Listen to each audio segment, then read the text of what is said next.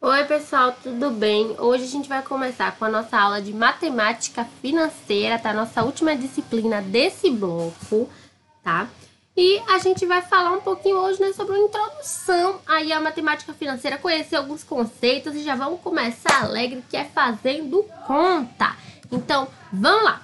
A matemática financeira é o ramo da matemática que vai analisar os dados financeiros e vai estabelecer alternativas de investimentos ou de financiamentos de bens de consumo.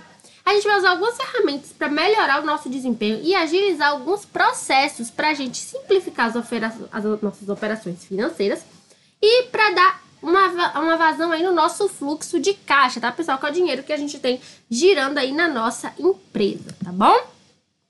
Então, os problemas fundamentais da matemática financeira são aqueles que são ligados ao valor do dinheiro em função do tempo, né? O tempo passado, presente e futuro. E a relação dele, né, com aspectos práticos, né, que é o dinheiro em função do tempo, através de investimentos, de empréstimos ou de avaliações financeiras, tá? Então, as organizações, elas precisam estabelecer relações comerciais entre os consumidores, os fornecedores e os investidores. E é a matemática financeira que vai ajudar a capacitar os profissionais em busca das maiores oportunidades de negócio. Então, ó, por exemplo, se uma empresa do ramo de eventos, ela precisa aí de um empréstimo, né? Vamos ver de quanto ela vai precisar. Ela precisa de um empréstimo de 100 mil para poder auxiliar, né, nas despesas financeiras. E a gente vai pagar também alguns fornecedores, tá? Então, a instituição financeira, ela vai ter que fornecer esse valor e vai definir o prazo que a gente tem para pagar esse valor. Então, tá analisando aí a proposta. O banco, ele disse que a empresa tinha 4 meses para pagar esse empréstimo. E como ele vai emprestar 100 mil, no final de 4 meses a empresa tem que pagar 105 mil ao banco. Então, a gente tem o quê?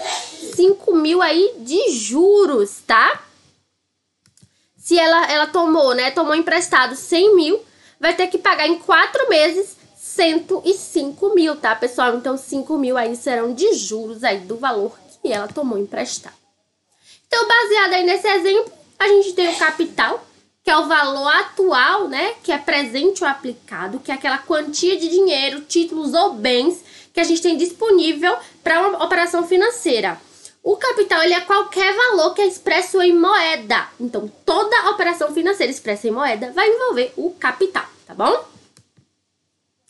Já os juros, que a gente viu ali que tinha que pagar 5 mil de juros à empresa, é a remuneração do capital em função do tempo, tá, pessoal? Os juros, ele vai ser aplicado através da multiplicação pelo capital empregado para o devedor, né? E os juros vão determinar o valor do custo do dinheiro em função do tempo daquele empréstimo. Então, para o credor, os juros são rendimentos daquela aplicação, tá? Ou seja, para eu que estou pagando, vai ser um custo. Mas para quem está recebendo os juros, vai ser o quê? Um rendimento, tá, pessoal? Então, vai ser o valor presente com o valor futuro, tá? Já a capitalização vai ser uma forma de rentabilização do capital, tá? Então, essa rentabilização, ela pode ser simples ou composta. Quando o regime de capitalização é simples, a gente vai utilizar o juros simples, tá? Então, são calculados por um período junto com o capital inicial. Então, o capital é que vai render juros, tá? Então, a gente vai usar a capitalização simples para aplicações que vão ser de curto período, para desconto simples e para algumas duplicadas. Já o regime de capitalização composta vai usar juro composto. Então, é quando o juro de cada período vai ser adicionado àquele capital que deu origem para nossa empresa, tá? Então, para o valor do capital do mês seguinte ou do próximo período, a gente vai juntar a gente vai calcular cada juros para cada período, tá? Então, ele é o mais utilizado, principalmente para empréstimo, para financiamento e para correção da poupança. Então, é esse cálculo de juros composto que a gente vai utilizar, tá bom? E a porcentagem, a famosa porcentagem, né?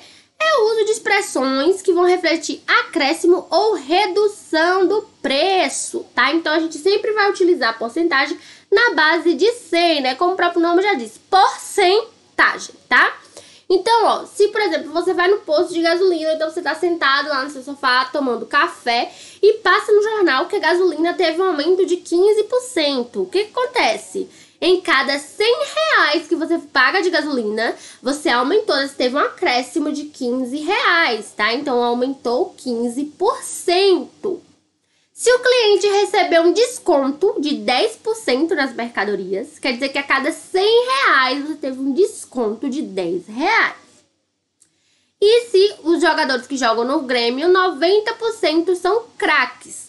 Significa que a cada 100 jogadores que jogam no Grêmio, 90 são craques, tá? Segundo o exemplo aí, tá, gente? Então, vamos lá. Pra gente usar porcentagem, tá, pessoal? A gente sempre utiliza o cálculo da razão, tá? E o que é uma razão? É uma divisão por 100, tá? Então, nesse caso, né, de porcentagem, a gente vai utilizar a razão, que é sempre a divisão por 100. Então, toda razão que tem o número 100 vai ser chamada de razão centesimal. E a gente tem aqui alguns exemplos, né? Tem o 7 sobre 100, tem o 16 sobre 100. O 125 sobre 100, a gente tem o 210 sobre 100 também, tá? Então, pessoal, a gente tem também, né, várias outras formas da gente representar uma razão centesimal. Por exemplo, a gente pode usar números decimais, tá? Então, por exemplo, 7 sobre 100, tá? É a mesma coisa de 0,07. Se você botar na calculadora, você vai ver que 7 dividido por 100 é igual a 0,07 ou 7%, tá? Com esse sinal de porcentagem, a gente lê 7%. 16 dividido por 100, se a gente colocar na calculadora, vai dar 0,16, que é igual a 16%. 125 dividido por 100 vai dar 1,25 ou 125%, tá? Então, essas expressões que tem por cento, elas são chamadas de taxas centesimais ou taxas percentuais, tá bom, pessoal? Então, vamos ver alguns probleminhas, né? Melhor parte. Ó, João vendeu 50% dos seus 50 cavalos. Então, quantos cavalos ele vendeu? Então, pessoal, a gente tem que calcular, né, a taxa percentual, ou seja, os 50% de cavalos. Ah, professora, mas 50% é fácil, né? É fácil, mas como é que a gente faz essa conta? Então, vamos lá, ó. Eu tenho que saber quanto é 50% de 50. Então, eu vou fazer 50 dividido por 100, que vai ser o meu 50%, né? Vezes o 50, né? Que eu quero saber quanto é 50% de 50. Então, é 50%, que é 50 dividido por 100, vezes o 50, que era a quantidade de cavalos que João tinha, né? Então, vamos lá. Eu posso fazer assim, ó, 50 vezes 50, que vai dar 2.500, e dividir 2.500 por 100, né, pessoal? Então, ó, 2.500 dividido por 100 é igual a 25 cavalos. Então, João vendeu 25 cavalos. Mas a gente sabe, gente, que 50% é sempre a metade de um valor. Então, a metade de 50 é 25, tá bom, pessoal? Então, ele vendeu 25 cavalos e vai ser a nossa porcentagem procurada, tá? Então, a porcentagem vai ser o valor obtido quando a gente aplica uma taxa percentual a um determinado valor, tá bom? Então, vamos lá. Outros exemplos. Se a gente quiser calcular 10% de 300, a gente vai calcular da mesma forma. A gente vai dividir 10 pelo 100, né? Porque é por cento. Então, 10 dividido por 100 vezes o 300, tá? Então, como é que a gente faz a conta?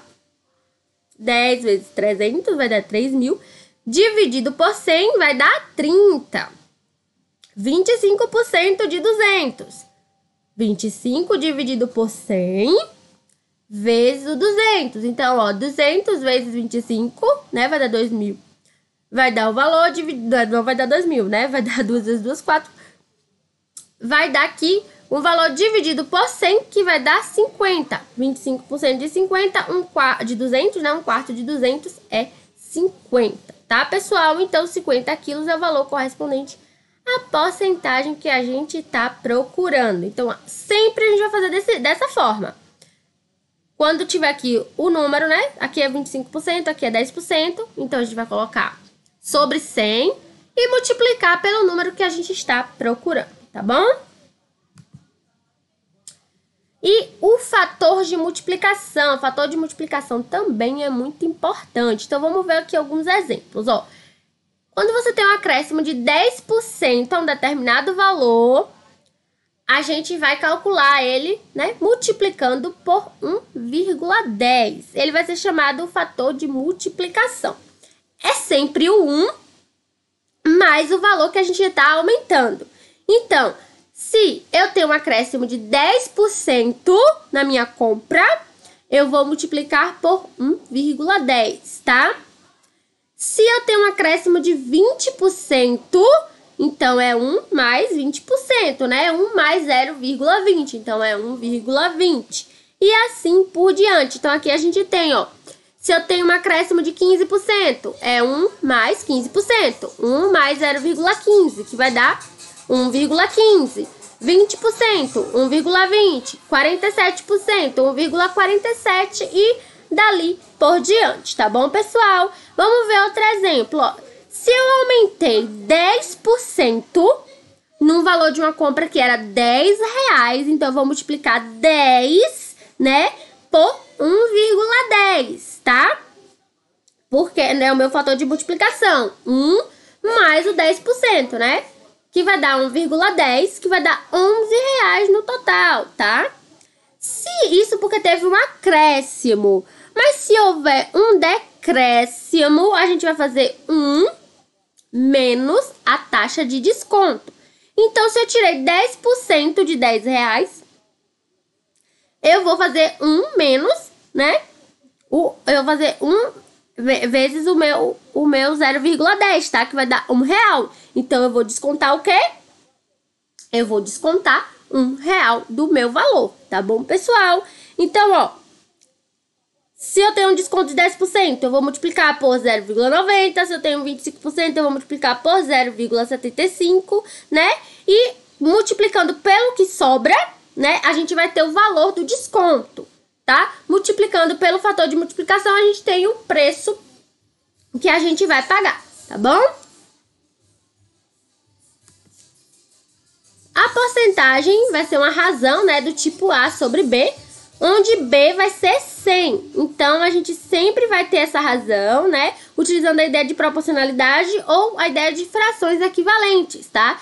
Então, a porcentagem vai ser muito usada por nós aqui, quando a gente está falando de matemática financeira, principalmente para calcular juros, para calcular descontos, para calcular as taxas que a gente vai precisar pagar por um serviço, por um imposto, né? Ou até mesmo algumas taxas ali de variação de resultado, tá, pessoal? Então, a porcentagem é sempre sobre algum valor, tá bom? Não existe a porcentagem isolada. Ah, eu vou ter 20%, né? Eu vou ter 20%, mas 20% de quê, né?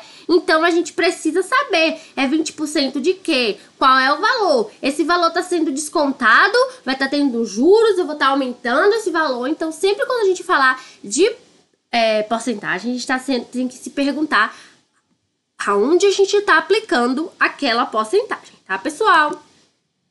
Então, ó, se eu quero comprar um jogo e esse jogo custa R$150, tá? Ele custa R$150. Mas se eu comprar à vista, eu vou ter um desconto de 10%, tá? Então, quanto é 10% de 150? 10% de 150 vai ser R$15, né? Eu vou fazer, ó, 150 dividido por 100 vezes... 10 dividido por 100 vezes 150, me perdoa, o desconto é de 10%. Então, assim, 10 dividido por 100 vezes 150. Então, a gente vai ter o valor do desconto, que é R$15. Então, eu pego o valor do jogo, que é R$150, menos os R$15 de desconto, e eu vou ter R$135, que é o valor final que eu estou pagando pelo aquele jogo, porque eu comprei à vista, tá? E eu tive um desconto de 10%. Agora, não é mais um jogo, eu quero comprar uma casa, tá? Uma casa à vista, ele vai custar 283 mil, A pessoa não tem 283 mil reais assim na lata. Ela só tem 77.500. Então, ela vai ter que fazer um empréstimo no banco. O banco, ele vai cobrar uma taxa de 1,5% de juros se você pagar esse valor em um ano. E 2,5% se você pagar em 2 anos, tá? Então, quanto é que custa cada parcela, tá? Quanto é que vai custar cada parcela? Então, como é que a gente pensa para fazer essa conta? Ó, a pessoa tinha 77.500, mas ela precisava de 283 mil, tá? Então, qual é o valor que ela vai tomar emprestado? 283 mil que ela precisa, menos os 77.500 que ela já tinha. Então, ela só tá precisando agora de 205.500, tá? Então, ela vai tomar emprestado 205.500. Mas você lembra que vai ter uns juros aí, né? Quando você tem um empréstimo no banco, você vai pagar juros. E você vai pagar os juros mensal, tá? Então, o que que acontece? Ela vai tomar emprestada 205.500, tá? Só que a gente tem que calcular quanto vai ser de juros. Então, a gente tem que calcular 1,5% do valor que a gente tomou emprestado, que é 205.500, se for pagar em um ano, e 2,5% de 205.500 se for pagar em 24 vezes, tá? Só que vamos supor que ela, né, diz que vai pagar em um ano, tá? Então, a gente vai fazer a conta, 1,5% de 205.500 vai dar 3.082,50. Então, a dívida final vai ser os 205.500 que ela tomou emprestado, mais a quantidade de juros, que é 3.082,50, tá bom? Esse é o valor total. 208.582,50 é o valor total que ela vai ter que pagar, que é o valor do empréstimo mais os juros, tá? Mas a gente quer saber o valor da parcela. Então, a gente vai dividir o valor final por 12 meses, né? Que ela queria pagar em um ano. Ficou R$ 17.381,88 por mês. Aí essa pessoa botou a mão na cabeça e começou a chorar, porque esse valor da parcela tá muito caro. Então, o que ela vai fazer? Vou ter que pagar em 2,5%, né? Porque eu vou ter que pagar com 2 anos. Aqui ele escreveu 3,5, mas é 2,5 que estava escrito em cima, tá? Então, a gente vai ter que refazer os cálculos. Então, a gente tem que calcular 2,5% de 205.500, tá? Que aqui pelas contas deu 7.192,50, tá? Então, como é que vai ficar? O valor da dívida vai ser o que ele tomou emprestado, 205.500, mais o valor dos juros, né? Que é 7.192,50. Que no final vai dar 212.692,50, que vai ser o valor total que ele tem que pagar. Quando dividiu pelos 24 meses, né? Porque vai pagar em 2 anos, a parcela vai ser de 8.862,19, tá?